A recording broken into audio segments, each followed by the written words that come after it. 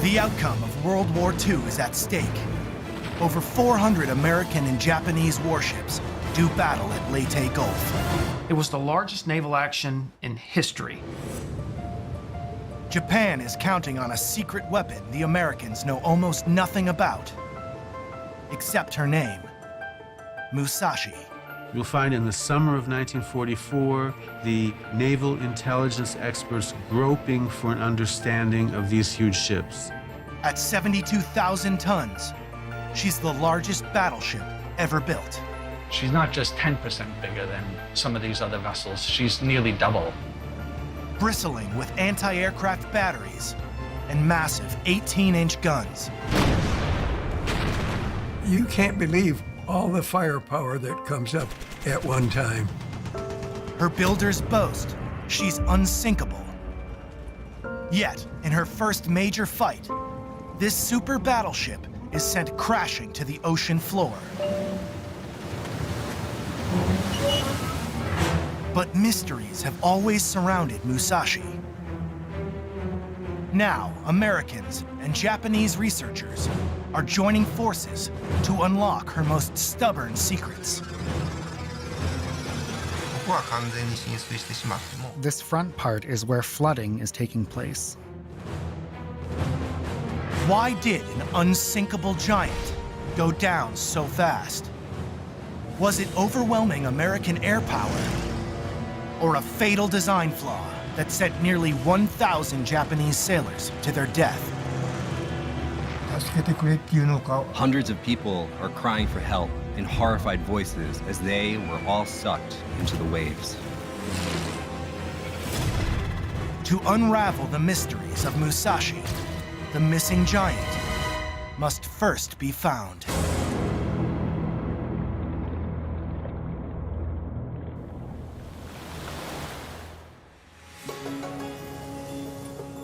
In February 2011, a research vessel begins a 3-week expedition in the Sibuyan Sea of the central Philippines. You know, if this was anywhere else, you'd see the whole coastline would have been changed with buildings and high-rises and all sorts of things, and that's not the case here. So we know we're looking at basically what the pilots saw 70-odd years ago. The expedition is the brainchild of the late Paul Allen, co-founder of Microsoft. The son of a World War II veteran, Allen committed significant resources to searching for the war's most iconic missing shipwrecks. Among them, the mysterious Musashi. Rob Kraft is in charge of conducting all subsea operations. Musashi was the pride of the Japanese fleet. It was so important to the Japanese people that they didn't even inform the population that it had sunk. Lots of people would like to find the Musashi. It's one of the great battleships. It's one of the truly remarkable ones that haven't been found. David Mearns has made a career out of hunting for lost shipwrecks. After months spent combing through military archives in the US and Japan, what it's showing you here, he's identified the critical clues he hopes will lead them to Musashi. One is visual. Aerial photographs taken by American pilots during their final devastating attack. There's the plane coming in, lining up right there to attack Musashi. And this is the next frame in the sequence. We can no longer see the plane, but we see a torpedo hit. Clearly recognizable in the background of these photographs is the outline of Sibuyan Island, a few miles to the south. Outside this, sir. Outside the blue circle. Outside the blue. Yeah, yeah. But there are other clues that may narrow down the search even further. And the most important one came from one of the destroyers, a Japanese destroyer that was ordered to stand by Musashi. Hiroshima actually took a position for Musashi sinking. Using the position reported by the destroyer Kiyoshimo, Mearns and Kraft have determined a high-probability search area. The tool selected for the search is called a multi-beam echo sounder. It's a type of sonar that's mounted on the ship's hull.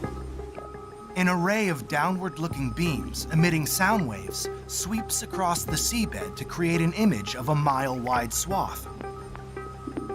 We're over here on the western side of our box. We're running the first line to the east, and this happens to be line number 13. And each line should take about 4 hours. And because we're looking for, in the terms of the depth of water, quite a small target, we're mapping the seabed in very, very high detail. So the byproduct of our search is a really detailed map of this particular part of the Philippines. Even though Musashi is as big as a 75-story building, the battleship will only show up as a small speck on this vast and unexplored seafloor. There's no guarantee she can be found. It all depends on her orientation on the bottom, if she's in one piece, two piece, three pieces. We should be able to detect that and see that in what they call the backscatter imagery. When you hit something hard, it shows up as a very, very dark object. It takes 4 days to cover the high probability area. It yields an impressive picture of the seabed below, including a newly discovered seamount. But so far, there's no sign of Musashi. So our highest probability to begin with was all on the basis of this Japanese destroyer, Kiyoshima, which gave a precise sinking position. It's now very clear that that position wasn't as accurate as I had hoped. And because of that, we're now having to expand the search. Their focus shifts to the second, albeit less precise clue. That's a foul. The aerial photographs taken by the American planes attacking Musashi. I mean, I think if we go down here, we're going to be able to get a better feel. Yeah. This cardboard box, which has the same field of view as the camera the airmen used, allows Mearns to get a close approximation of what they saw. Musashi would be about 2 kilometers closer to the island from here when these photographs are taken, and she sinks 4 hours later. With the evidence gleaned from the photos, they plot a new series of sonar runs. That's what we've covered, that red line there. Right. Anywhere outside of that she could be. I would almost bias it further to the west, because in that photograph, she's clearly heading westerly as opposed to north. But the clock is ticking. The expedition only has 2 weeks left to find the mystery ship. Musashi was first conceived in the 1930s, a time when Japan's efforts to expand its territory and influence in Asia and the Pacific were increasingly blocked by its former ally, the United States. Japanese national prestige had been dealt an insult by the Washington Naval Treaty. Just to put it in numbers, the treaty created circumstances where for every 100 United States warships that are built, the Japanese are permitted 60. It created a future in which the Japanese Imperial Navy was going to be numerically inferior to the United States Navy. In response, a powerful faction begins advocating for a different strategy. Japan at the time had neither the resources nor the budget to build a large number of battleships to fight against the US. So they decided to counter quantity with quality. That was the idea they came up with. Quality meant constructing giant battleships that could overcome the enemy's larger numbers. The new battleship was called the Yamato class after its prototype. To win public support, this Navy handbook likens it to a powerful figure in a popular movie of the time.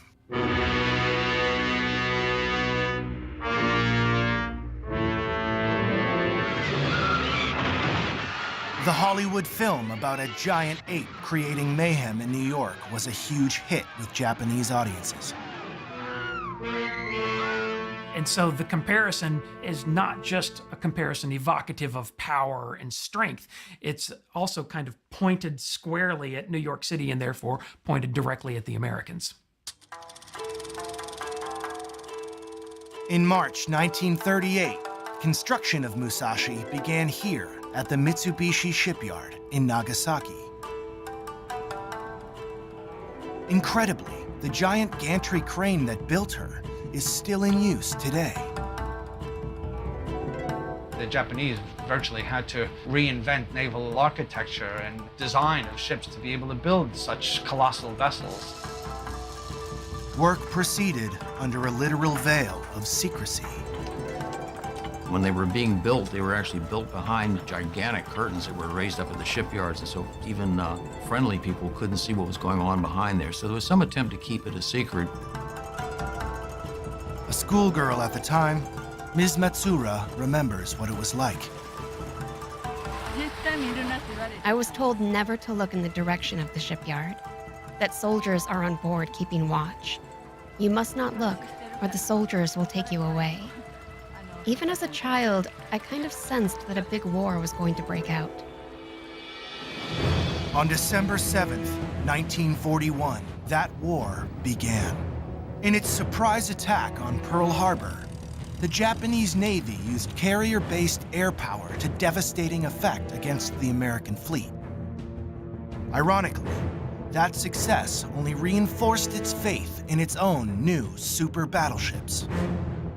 A lot of the naval theory at the time was based on this fleet-on-fleet engagement. The Japanese in particular were still hoping for that kind of thing. This is how you wrest sea control from the other guy. You defeat his fleet. In August 1942, Musashi began secret sea trials. Weapons and defenses, carefully kept out of sight from enemy spies, were put to the test. Musashi's main armament came in the form of 3 turrets mounting 3 Type 94 naval guns. These were of 18-inch caliber and were therefore the largest naval guns in use anywhere in the world.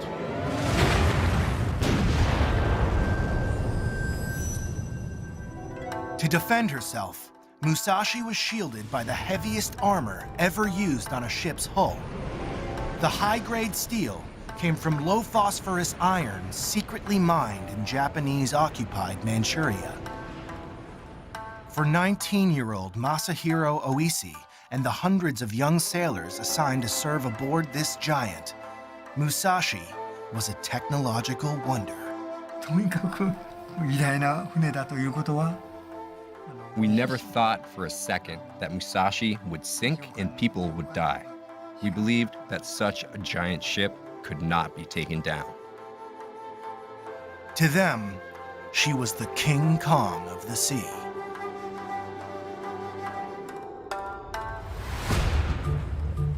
Day 14 of the Musashi search expedition. In this direction here. At last, the team thinks they're onto something. Could she be broken in 4 pieces sitting there? One of their sonar runs has revealed a promising target. That is exactly what you want to look for. Bow, superstructure, things falling off the superstructure, blah, blah, blah. Central area, engine room, break here, explosion there, stern. It's all going to be right there. And if it capsized, it's going to be over. But after making several more sonar runs, they reluctantly reach the conclusion the object is too large. You know, it's 100 meters bigger than what we're looking for. Wow. So it's 30% bigger. I think it's definitely something. Yeah. Other than geology. I don't think it's Musashi.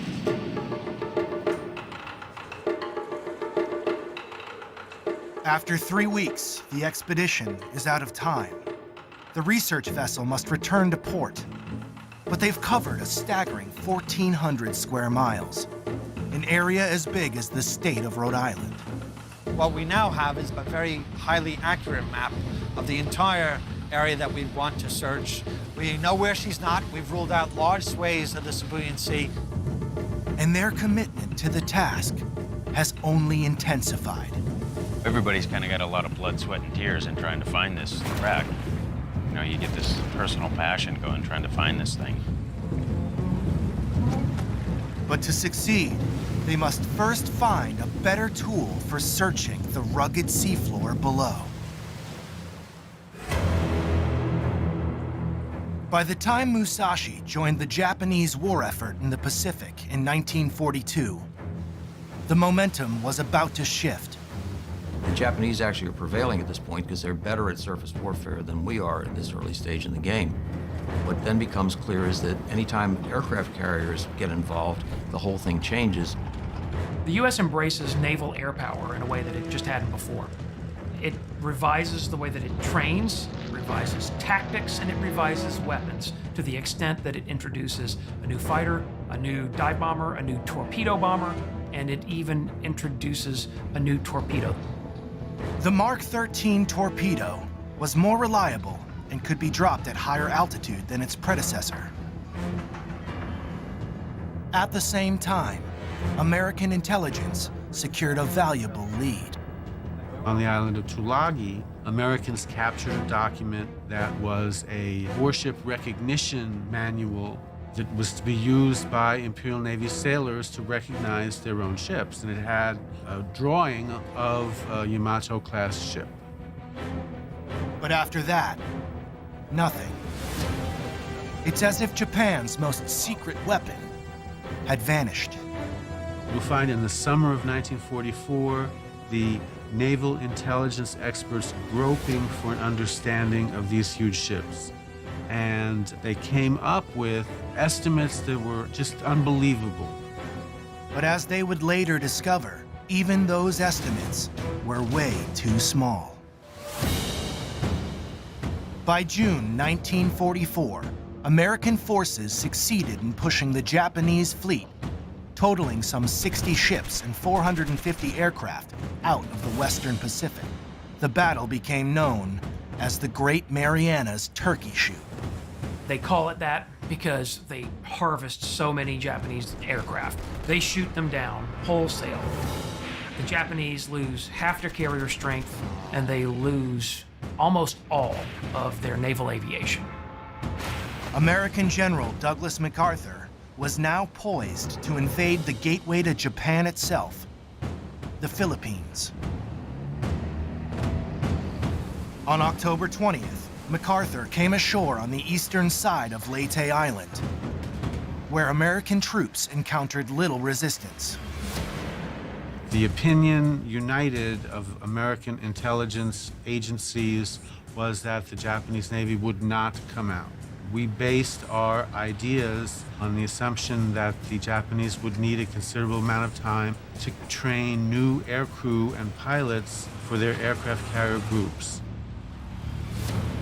But American intelligence was ignoring one critical fact. Japan's Navy remained committed to fighting a decisive battle at sea.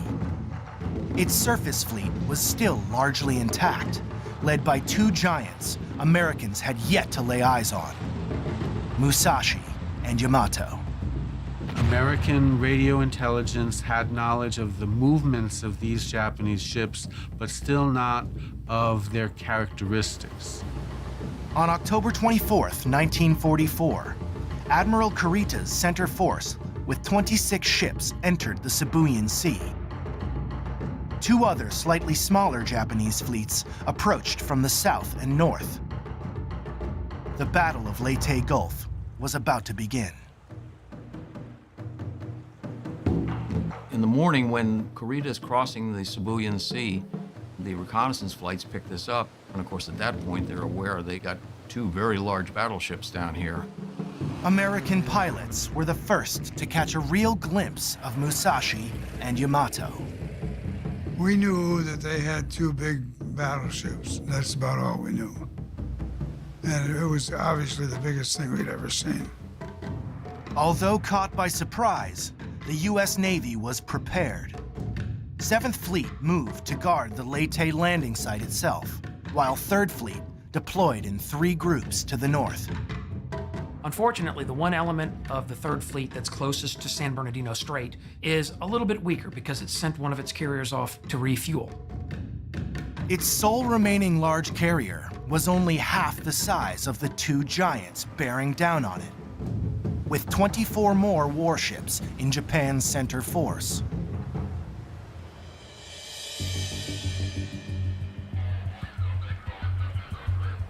In late February 2015, Rob Kraft and David Mearns renew their search for Musashi. Since they were last here, they've found the perfect tool for the difficult task ahead. It's now installed aboard the expedition yacht Octopus, equipped with state-of-the-art deep-sea equipment. Their key search tool is still so new, it's rarely been used in the deep ocean. AUV is an autonomous underwater vehicle. Our AUV is capable of diving down to 1,500 meters. It takes with it a side-scan sonar system that looks out on the sides and provides us an image of things that may be lying on the seafloor.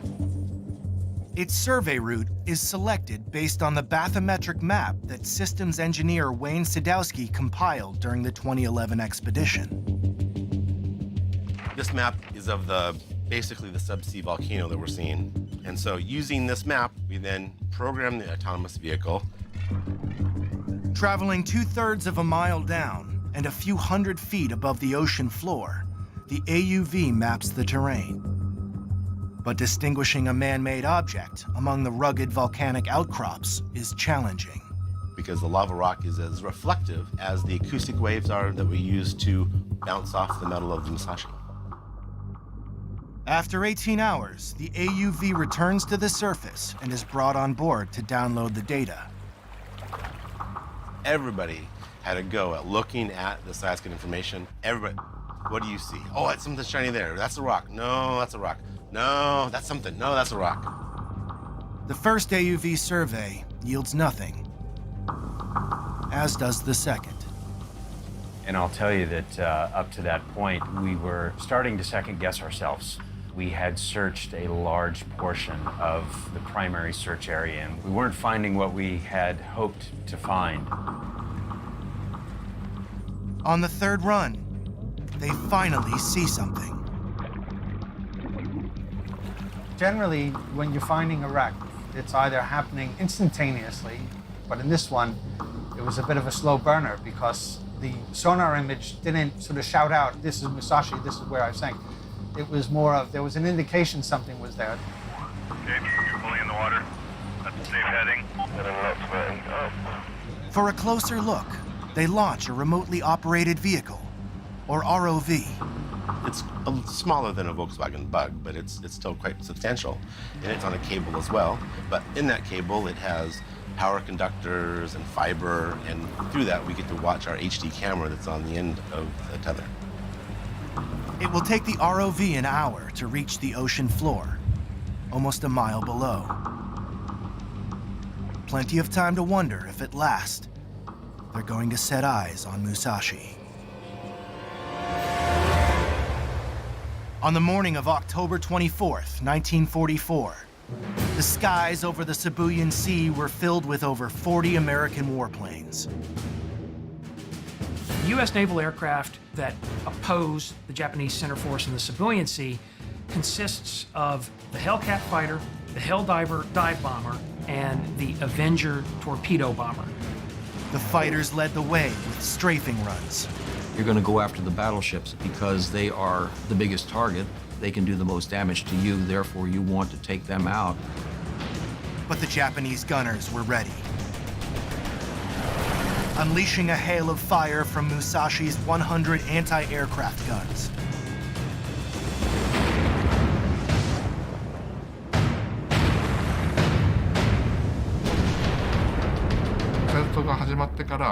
Aerial attacks had become fierce after war broke out. So the decision was made to strengthen anti-aircraft defenses, and machine guns were also rapidly added. But there was no industrial capacity to manufacture bulletproof armor at this point. With little to protect them, some of the gun crews suffered heavy casualties. Everything was blown to bits. There were pieces of machine gun everywhere, with human flesh stuck to them. I could not believe they were parts of human beings. Bob Freely was a 22-year-old pilot flying an Avenger torpedo bomber that day. The sky is so big up there, I don't see all the fighters. I don't have time to look around to see anybody else because everything happens like that. What he did see was a giant battleship below. The Musashi has 11 planes coming in on it. You're coming down, then you start leveling off. And all this time they're shooting at you, and you don't know whether this bullet's going to hit you or... So you get about the distance that you think you should be at the altitude you should be, open your bomb bay doors, and you're all set, boom. His rear gunner watched as their 2,000-pound torpedo slammed into Musashi's port side. The torpedo bomber is the most effective weapon against a battleship because it can release something that carries a great deal of punch. The American Mark 13 torpedo carried a warhead of 600 pounds of high explosive. That was enough for us to punch through an armor belt. Musashi withstood the initial American assault, but the attacks kept coming. The fleets that are there at Leyte consist of multiple aircraft carriers. It's mind-boggling by today's standards how many ships were there. And so as a result of that, they could continue to attack, and wave after wave coming in. During the last wave, an American pilot took his memorable series of photographs. The relentless onslaught began to take a toll. When the Musashi loses speed and falls behind, then it's obvious that she's damaged. So now's the moment to close in for the kill. Lionel Gilbo was the rear gunner in the Helldiver bomber. Our pilot dive bombed the battleship with a 2,000-pound armor-piercing bomb right down the stack. These particular ships, very formidable ships, but they also made very large targets that were easily identified. And I think that's one of the reasons a lot of the aviators concentrated on Musashi, and she paid the price as a result. Yamato escaped the onslaught, but at 7:39 p.m., 4 hours after the final attack, Musashi, crippled yet miraculously still in one piece, rolled over and sank. Hundreds of people are crying for help in horrified voices as they were all sucked into the waves.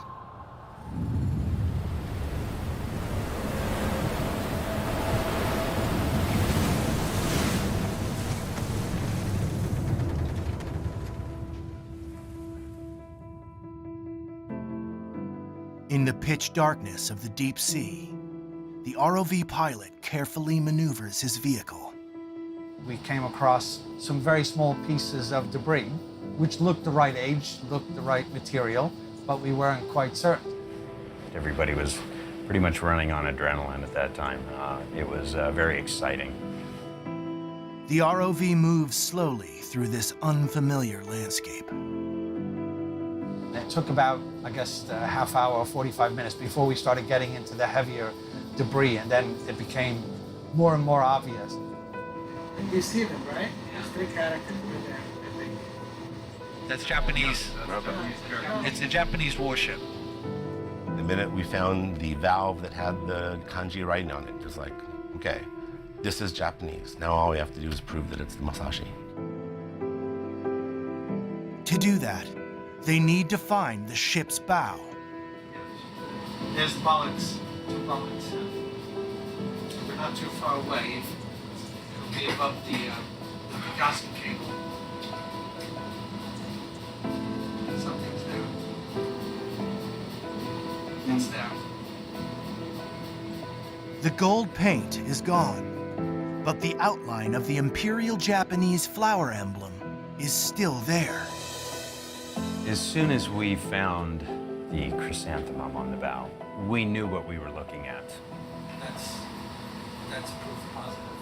There wasn't the kind of, jumping up and shouting for joy that I've experienced in the past. It was sort of a quiet relief that we had finally done it. At long last, Musashi is found. But a new and still more intriguing mystery is about to emerge.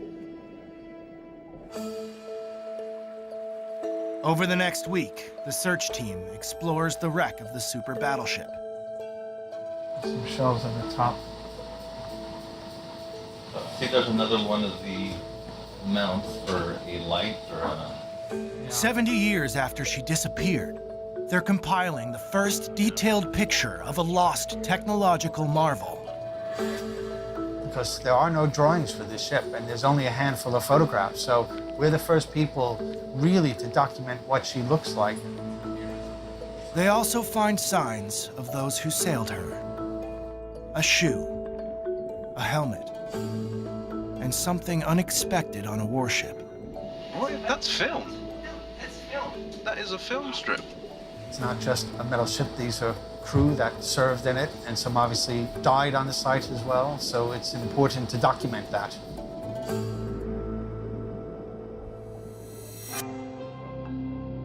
Musashi lies a good distance from the sinking position reported by the destroyer Kiyoshimo. But that's not the only reason she was so hard to find. The Musashi is literally on the side of a volcano. And if you've hiked up a volcano before, you know there's great big huge rocks and outcroppings and boulders. And so it's hidden inside the geology.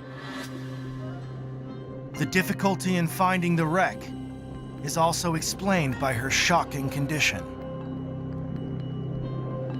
Just the complete and utter destruction of the ship itself. The stern and the bow sections are really the only whole parts of the hull that remain. The bridge is somewhat intact from what we can see, but the rest, the center section of the ship was just completely destroyed. So essentially, it's broken its back in at least 2 different locations. And for a ship that withstood so many attacks from torpedoes and bombs and essentially sank intact, that's more than I expected.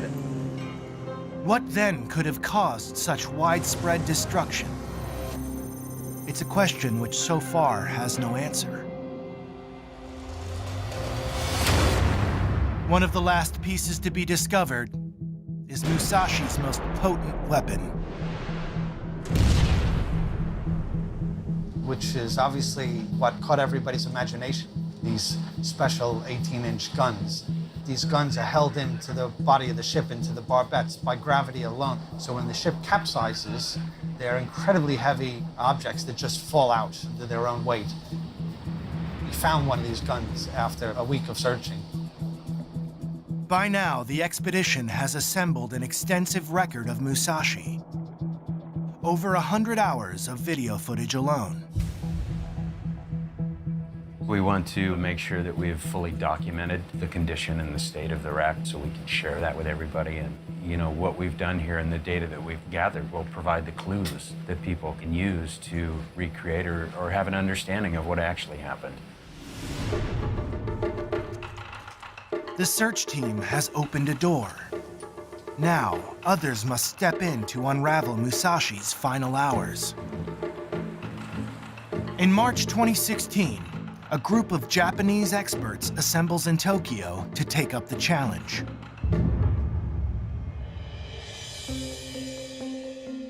To help them, the Japanese broadcaster NHK has created a valuable tool.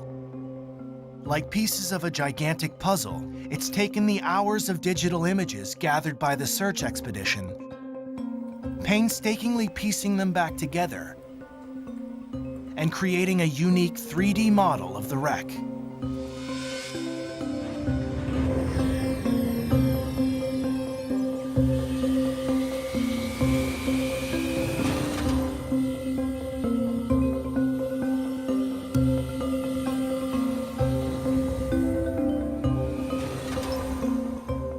Only now is Musashi's enormous size apparent.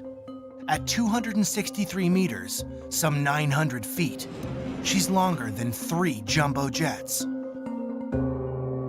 いや、この時にはなかったですけど、平賀先生、To begin with, these experts want to find out why a ship so many believed unsinkable should fail its first serious test. What is that thing that looks like a hole? Masami Tezuka has been studying the Musashi for 30 years. He believes he's identified one clue: a damaged section protruding from the port bow, most likely caused by a torpedo strike. Musashi would lose speed as a result, making it difficult to steer her. From an attacker's point of view, a battleship that's dragging would have been easier to hit with bombs or torpedoes. The last photo of Musashi shows her down at the bow, leading to the belief that flooding here caused her to sink. But a new scientific investigation at the University of Kobe tells a different story. Professor Hirotada Hashimoto, a specialist in naval architecture, conducted the analysis. When he simulates flooding inside the bow, the ship does pitch forward. But results show watertight compartments in the rest of the ship would not have been affected. Even if the bow, including the part protected by armor plating, is completely filled with water, the ship will still be left with enough buoyancy. So this flooding alone definitely could not have caused the ship to sink or capsize. To find answers to why Musashi sank, these experts will have to look elsewhere, starting in the place where Musashi was constructed. At the Mitsubishi shipyard in Nagasaki, the Japanese team makes an important discovery. A file marked Musashi is uncovered in the company archives. It contains more than 200 pages of never-before-released original blueprints.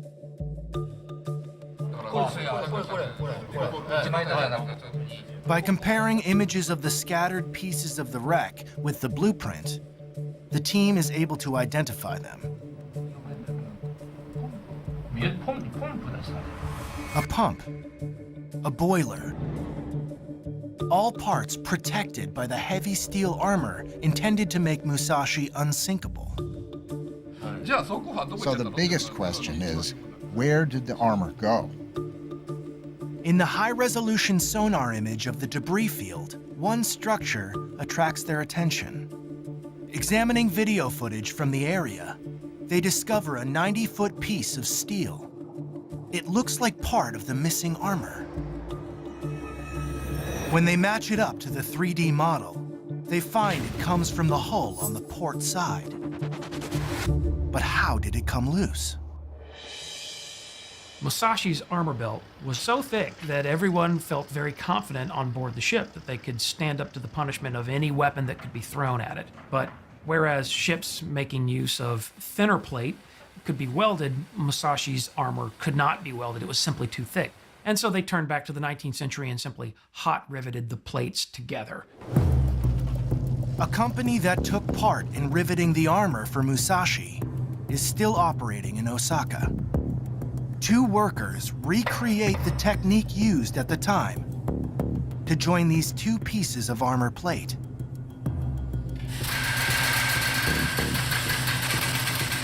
A special hammer drives the rivet into place.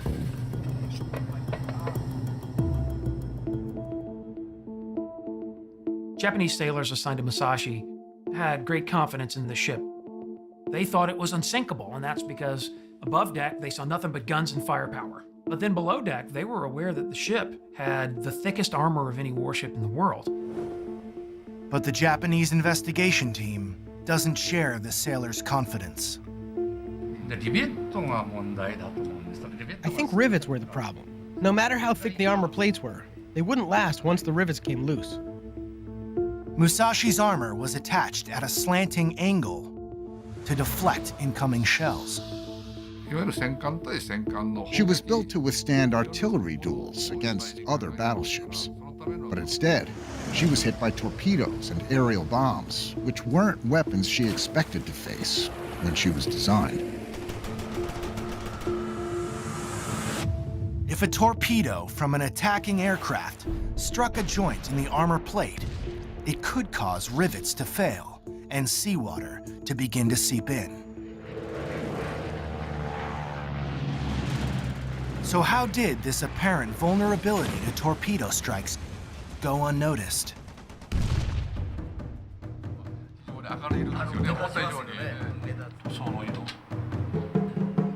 The team discovers early concerns about this possible design flaw. A former officer on Musashi, who earlier served on her sister ship Yamato, made this recording before he died. I heard from Yamato's crew that during a torpedo attack, although the armor remained intact, the rivets were blown off, and gradually, water started to leak in around the joints. It made me realize if we were hit by a lot of torpedoes, there would be more flooding, and that could be her weakest point. Shigeru Makino, a naval designer who oversaw the construction of Musashi, reported similar misgivings. But later wrote, the naval authorities decided to simply patch the armor joint rather than find a permanent solution to the problem. In the minds of Musashi's 2,400 crewmen, many still in their teens or early 20s, the Imperial Japanese Navy instilled a beguiling illusion. Their super battleship was quite simply unsinkable. One of them, Masahiro Oishi, believed it to the very end. Right up till the moment it sank, I didn't think it could happen. The Musashi wouldn't even budge an inch with a torpedo or two striking her. There would be no flooding, so we were told. Musashi also proved vulnerable to another unanticipated weapon: armor-piercing bombs from the air. As the search team discovered, once you get in there a little tighter. Underwater footage revealed one of several 3-foot holes rupturing the ship's deck. In a short section of the bow, we saw the damage from the bombs. So that's corroborating what the U.S. pilots were telling us about the hits they were getting on Musashi. These weapons, although they are as crude and as simple as they can be, send through the air column, penetrate decks, and can explode below deck. This, in the end, causes great destruction on Musashi. Now, thanks to the 3D model of the wreck, the full extent of that destruction can be seen, especially up on the bridge, where the captain and many of his officers were stationed. A gaping 20-foot hole gouged into the starboard side marks where a bomb struck. One crew member up here miraculously survived. Kenji Atsuka remembers what happened.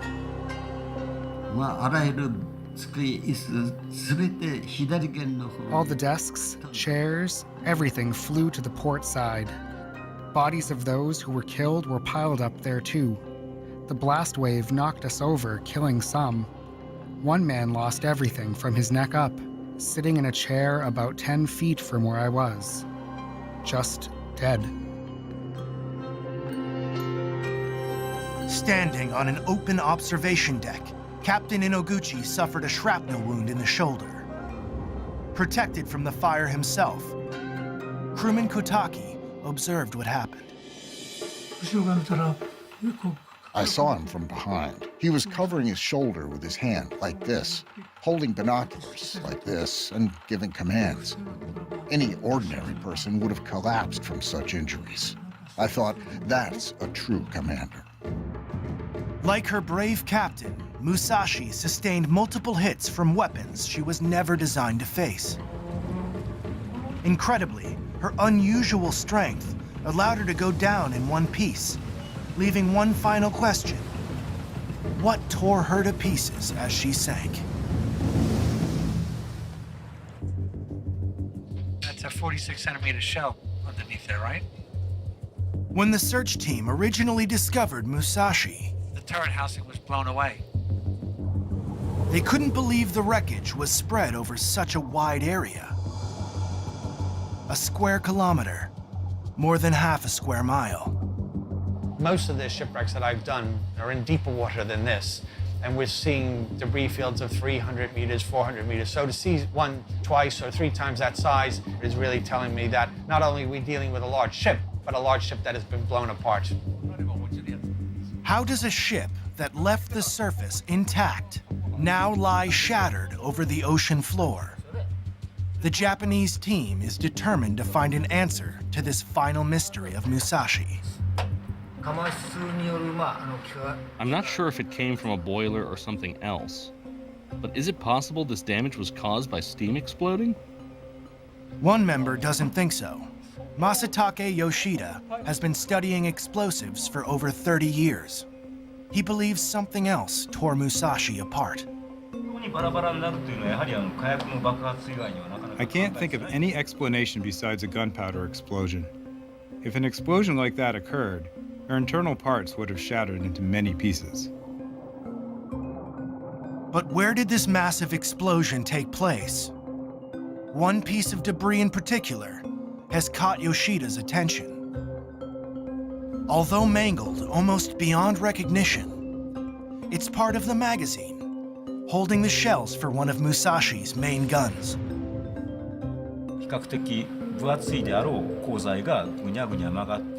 Thick steel like this wouldn't have ended up being so badly twisted if the ship had just sunk.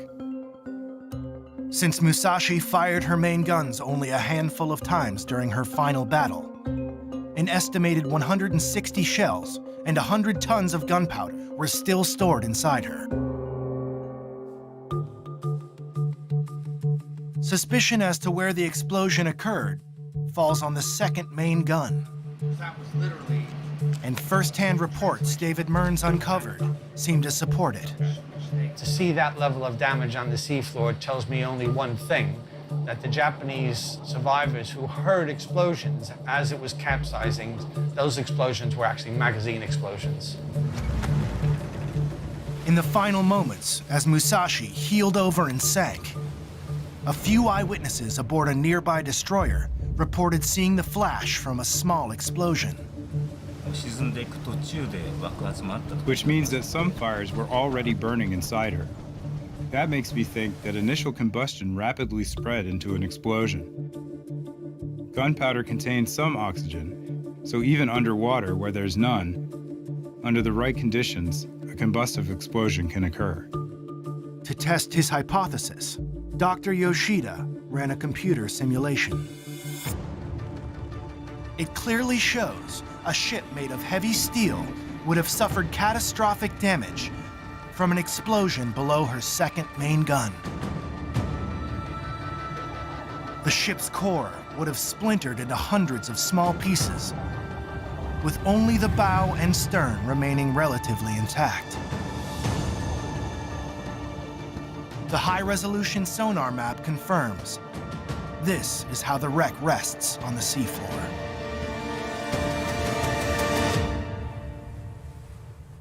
David Mearns believes other factors also contributed to the massive damage sustained by Musashi. You see that a large section of the bow was imploded, and we can look at the drawings and know that there's watertight compartments in there, and they've squeezed as the ship sank very quickly. As Musashi plummets to the bottom, a crushing pressure equivalent to the weight of a car bears down on every square inch. When it hits the seabed, it's hitting the seabed actually at very high speed, probably minimum of 15 knots, maybe as much as 25 knots, and there's impact damage. And all of this was evident in one section of the bow. Somewhere in Musashi's twisted remains lies her captain, Toshihira Inoguchi. He went down with his ship after handing over his final report. In it, he wrote, I am truly glad that the other battleships suffered almost no damage. and I feel some consolation in thinking that Musashi was able to assume the role of a victim.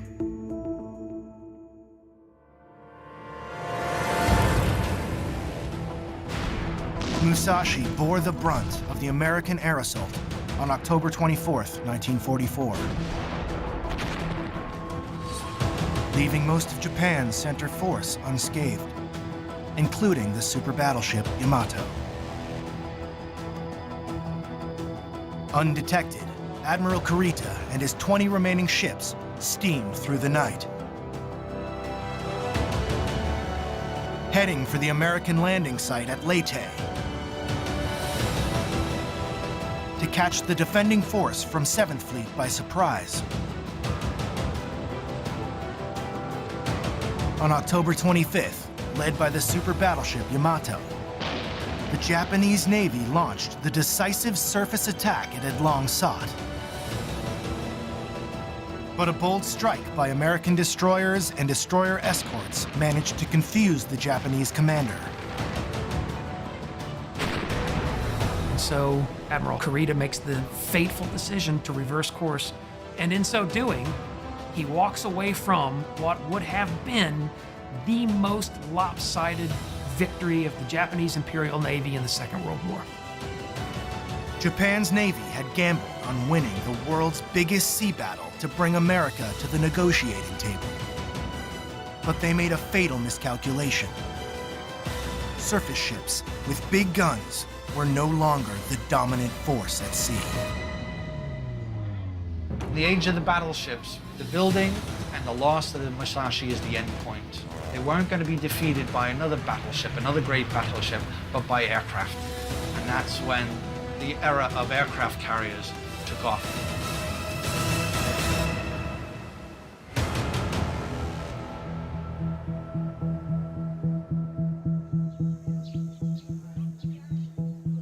On October 24th, 2016, at Yasukuni Shrine in Tokyo, surviving crew members from Musashi gather to remember their lost comrades. The discovery of the wreck and the evidence it reveals of Musashi's vulnerability is a cruel reminder. This was not the unsinkable battleship they were led to believe her to be.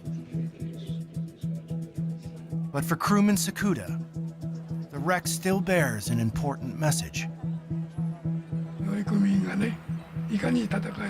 I think the Musashi would like the people to know how bravely her crew members fought and died, what an astonishing battleship she was, how she fought and met her tragic end in the emptiness of war.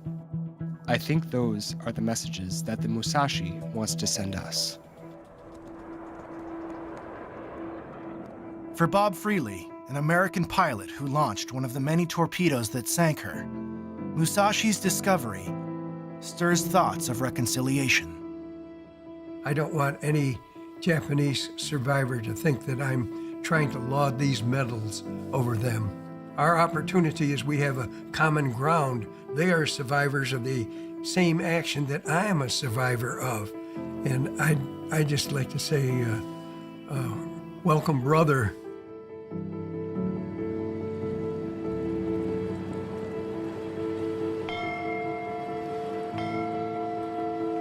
Going down of the sun, and in the morning, we will remember them. Above the wreck site in the Sibuyan Sea, the crew of the Octopus pay their own final respects. It is a war grave.